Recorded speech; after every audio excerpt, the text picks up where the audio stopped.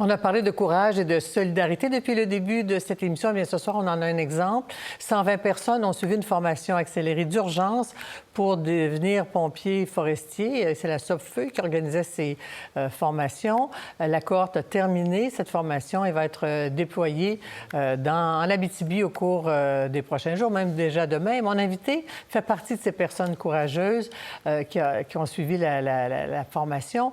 Elle est jeune médecin. Elle va commencer sa résidence en spécialité le 4 juillet en Ontario. Elle va être gynécologue, chirurgienne. Madame Boisvert, bienvenue. Bonjour, vous êtes originaire de Val-d'Or. Et là, qu'est-ce qui vous a poussé à vous engager? Eh bien, ma mère, qui est à Val-d'Or, m'a envoyé beaucoup de photos de la région, montrant beaucoup de fumée un peu partout.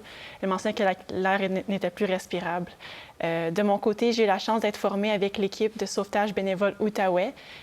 Puis la SOPFEU a fait appel à l'AQBRS, l'Association québécoise de bénévoles en recherche et sauvetage. Donc, à travers eux, j'ai pu être déployée pour porter main forte à la SOPFEU. Et vous avez suivi une formation qui devait être assez difficile, non? Physiquement, oui? Quand même. Donc, on a eu l'appel le samedi dernier. On nous a dit qu'on avait 24 heures pour se rendre dimanche soir à la Ville de Québec. Donc, pour 2 jours et demi, à raison de 10 à 12 heures par jour, on a été formés dans la classe avec de la théorie et aussi sur le terrain, physiquement. Alors, vous venez de terminer votre formation de médecine. Vous allez la poursuivre pour devenir spécialiste. Est-ce que c'est un grand risque pour vous de vous engager comme ça? C'est pas un métier facile, non? Devenir pompier? Oui. Donc, c'est sûr que ça porte des risques. La SOPFEU nous encadre bien. On a eu beaucoup de formations au niveau de la sécurité, puis on a beaucoup d'équipements de protection. On a eu des cours aussi pour savoir pouvoir prédire les feux et pouvoir ne pas se mettre en danger. Donc, je me sens en sécurité grâce à ces formations-là, mais c'est sûr que sur le terrain, ça peut être différent. Oui, et puis est-ce que vous avez un peu peur?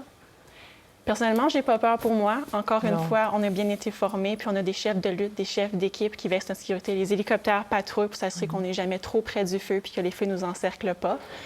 Mais je dois dire que j'ai peur pour le Québec parce qu'on ne sait pas à quoi le Québec va ressembler à la fin de tout ça. Est-ce que vous étiez déjà quelqu'un de sensibilisé au changement climatique et à leurs effets?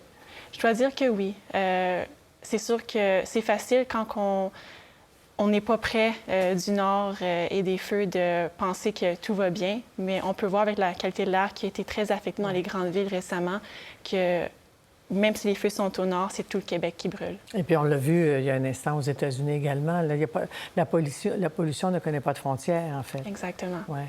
Et vous connaissez bien votre région. Qu'est-ce que ça vous fait de voir tous ces villages et ces municipalités affectées, de voir autant de milliers de personnes évacuées? C'est très difficile. C'est des forêts dans lesquelles j'ai grandi, dans lesquelles je retourne. Pour moi, c'est ma maison, c'est mon chez-moi. Et puis, mon côté médical est très conscient que la fumée et les feux sont des facteurs qui affectent grandement les populations rurales, les populations autochtones de manière disproportionnée. Et ça impacte les déterminants de la santé de ces populations. Oui, parce qu'il y a des feux dans le nord généralement, mais qui se rapprochent autant des populations. C'est ça qui est extrêmement apeurant, n'est-ce pas? Oui. Et qu'est-ce qu'entendez-vous poursuivre dans votre médecine avec cette préoccupation environnementale?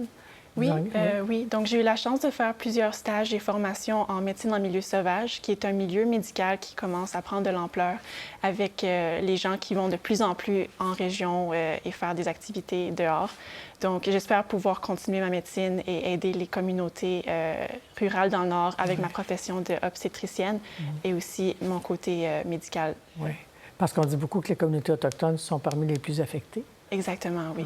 Parce qu'elles vivent éloignées, avec peu de ressources. Et il y en a qui résistent à vouloir quitter leur communauté. Vous comprenez pourquoi il y en a qui hésitent à quitter? C'est chez eux. C'est leur maison. J'ai travaillé aussi dans le Nord, au Nunavut, puis je dois dire que les gens ont un sentiment d'appartenance envers leur communauté. Puis la vie en région rurale, elle est fantastique pour l'avoir vécue. Donc, je comprends totalement leur désir de rester. Espérez-vous que ces événements soient un point tournant pour éveiller les gens au risque des changements climatiques et à l'urgence d'agir?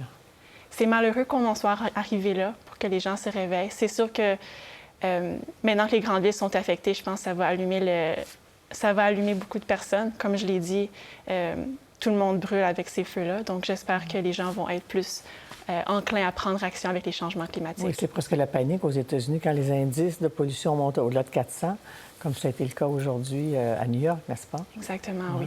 Alors, qu'est-ce qu'on vous souhaite? Vous partez demain dans le Nord? Pour l'instant, je retourne à Ottawa pour commencer mon équipement. Puis par la suite, je suis en contact avec la base de Maniwaki pour être déployée à Val-d'Or. Très bien. Alors, courage. Est-ce qu'on peut rester en contact? Bien sûr. Merci d'avoir fait le détour par notre studio. C'est très apprécié, Mme Boisvert. Merci à vous. Et bonne chance dans tous vos projets, vos engagements. Merci. Pour voir nos émissions en entier, rendez-vous sur la chaîne ICI RDI.